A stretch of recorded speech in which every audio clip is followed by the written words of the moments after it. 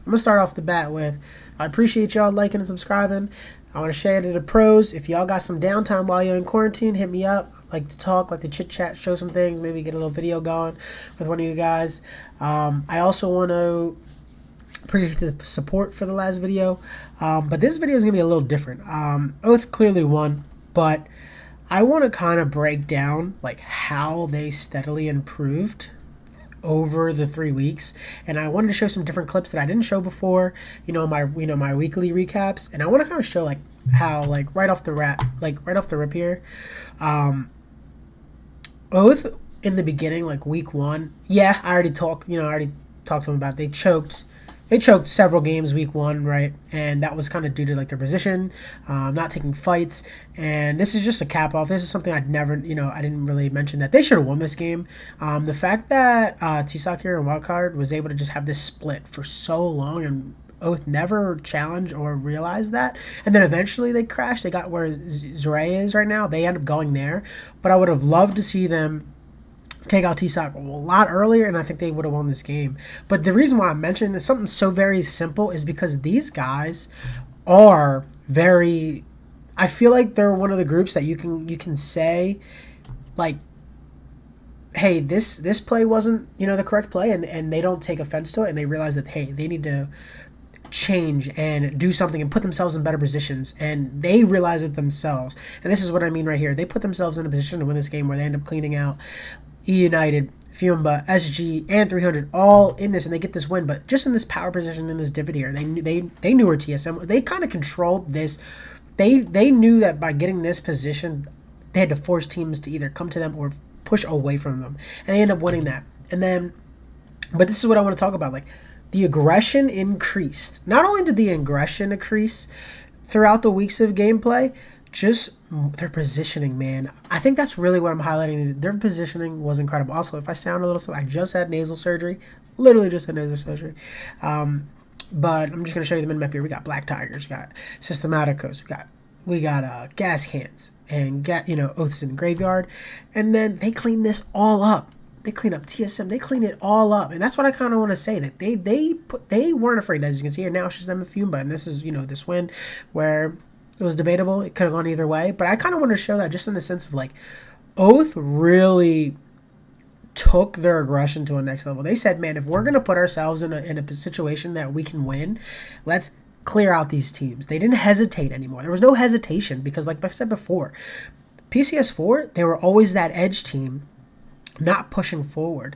Now they would get ahead of now they're getting ahead of fights and doubling back and clearing them out. And I love to see it, man. Like, the aggression, I don't know who's making these calls, but this is one of the reasons why I said I hate Oath in this game, is because I don't know what everybody's thinking. Everyone in this game crashed Cruz, and Oath decided to take the compound outside of Cruz, and he ended up winning this game. But that's kind of what I want to talk about. It's just like their selection, their compound taking, their plays to get in the circle. I'm telling you, it's been one of the. I'm for real. I'm saying, and the reason why I kind of want to highlight all this is because when moving into point rule at at champs, I really see them dominating. Like, as long as they keep this confidence up, like I can really, like right here, they take this compound and they end up really never having to fight anybody while everybody went to cruise and they took bad positions and they end up winning. And then hold on, building. So this is how I know that they think like this.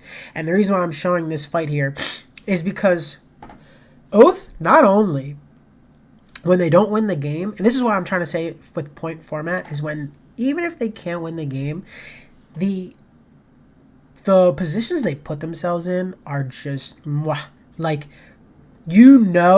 that when it comes to point roll, they'll find a way to get third with 10 kills or 8 kills or something, and you're just like, oh, okay. They know what they need to be doing. And this is what I'm talking about. This is like the same thing with the wild card fight. This is a position they need to get in.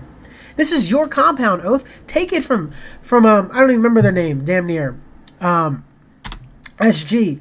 But look, they push right on up. I don't know why Reload just like drove up and got immediately just like shit on. I don't know what that was about. And then they came and helped them out. But I just wanted to show this. Like, they realize this is the compound they need, and they didn't take any hesitancy into fighting it. A lot of these teams are waiting till the blue pushes them in to then initiate the fight. Oath is like, no, we need this compound to then make a play into the next. They clean out SG here, and then they clean up 300. They push 300, they clean them up.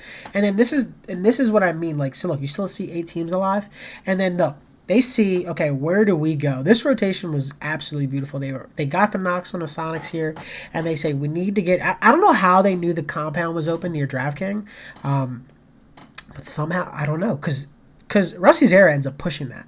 And I don't know if they kept track on Rusty's Era dying here, because watch, you see them there, and that's exactly where they're crap. I don't know how they knew DraftKings left it, but it's plays like this that when I see them in Worlds, that I truly believe that, you know, with placement points and kills combined, they are going to be one of the teams to really watch. As you can see, look, they got into this compound. Like, how did they know that that was free? You know what I mean? It's like their tracking and their mind state when they're rotating is incredible. This is another one. This is just another rotation where, like, it's greedy, but they made it work. And it's just like, I have no idea how they did. Like I was saying, you can see that this rotation is like a little greedy, and it's just like they make it work though. They get to this compound. Look, I'm highlighted here just to see, like, they get all the way to here at the bottom of Potato Hill, and I don't even know how. And then they push up to TSM and they push out wild card. And I don't have the whole clip. They didn't show it in the gameplay wise, but just the fact that they were to get here, clean up TSM and wild card, and then get into the top 3 situation. Now, this, I couldn't, unless this video would be 10 minutes, like 15, 20 minutes long. So I kind of had to just go to Twire and show the rotations here. So normally you see they land in Milta, they rotate up through Prison, and they do another 2-2 split here. This is where I don't understand how they kept track and, like, knew everything was free. So they get this 2-2 split here. This is where I roast the United for just rapping. They circle closes again. They get another 2-2 split. Look at this. They know it's free. They hold a United here. They see where E United goes. They know where Dignitas and all of them were fighting at Shelter. And then they immediately collapse on E United. And they end up winning this game. But do you see how beautiful the rotations are? It's like they're at a point now where not only are they not realizing that they don't necessarily need to fight, but they're trying to keep track of what's open. Where can we go? If we get this 2-2 split here, we know that we're on this side of the map. They're studying film. I don't know who does it for them. I don't know if they even really watch, but I mean, I'm telling you, it's like the movements. Like, this zone pops. They go to the hill, and they realize, like, where can we get in? Let's take our time. It looked like the game simply slowed down for Oath in the last 2 weeks of PCS 5. It looks like it slowed down. They realized what they wanted to do, how to approach going into these fights, how to approach getting into these zones. And I mentioned this before, but this is what I absolutely love. Relo sees where Young Kings is, and then eventually sees Systematicos crash on the Young Kings. Snakers and Relo see this and go, hey, this is where our opening is. This is how we're going to get into the zone. And we're going to see it play out right here. I'm just like, wow. Like, just sitting back watching the matches and, like, seeing how everybody else's plays, it just, like, you can see, like, I don't know, I could be absolutely wrong, but it just seems like these guys are so relaxed and composed. When they figure out what they want to do, it feels like they know what they want to do going in to every scenario, and that's kind of how you need to play. I really believe, like, when you're playing, like, you're back against the wall, nervous all the time, outcomes are not going to look right. Gameplay isn't going to look right. And these guys, I just got to shout them out. And also, let me know what other team you want me to do. I know this video is a little shorter, but it's what am I going to cover? Every single win. I kind of just want to show simply, like, what they were doing so well, rotations, then knowing when to be aggressive and not hesitating. That's what I loved. Oath was hesitating in a little bit.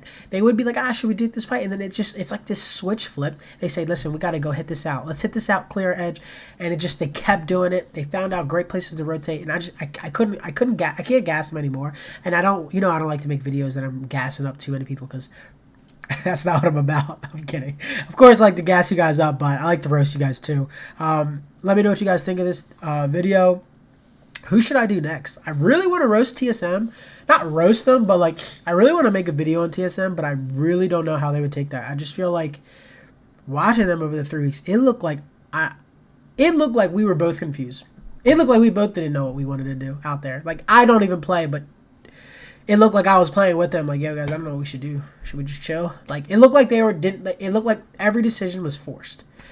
Nothing looked comfortable, and I hope that irons out at Worlds. I really does, because the reason why I want to make this Oath video just to like highlight and like look at the comfortability. Look at this.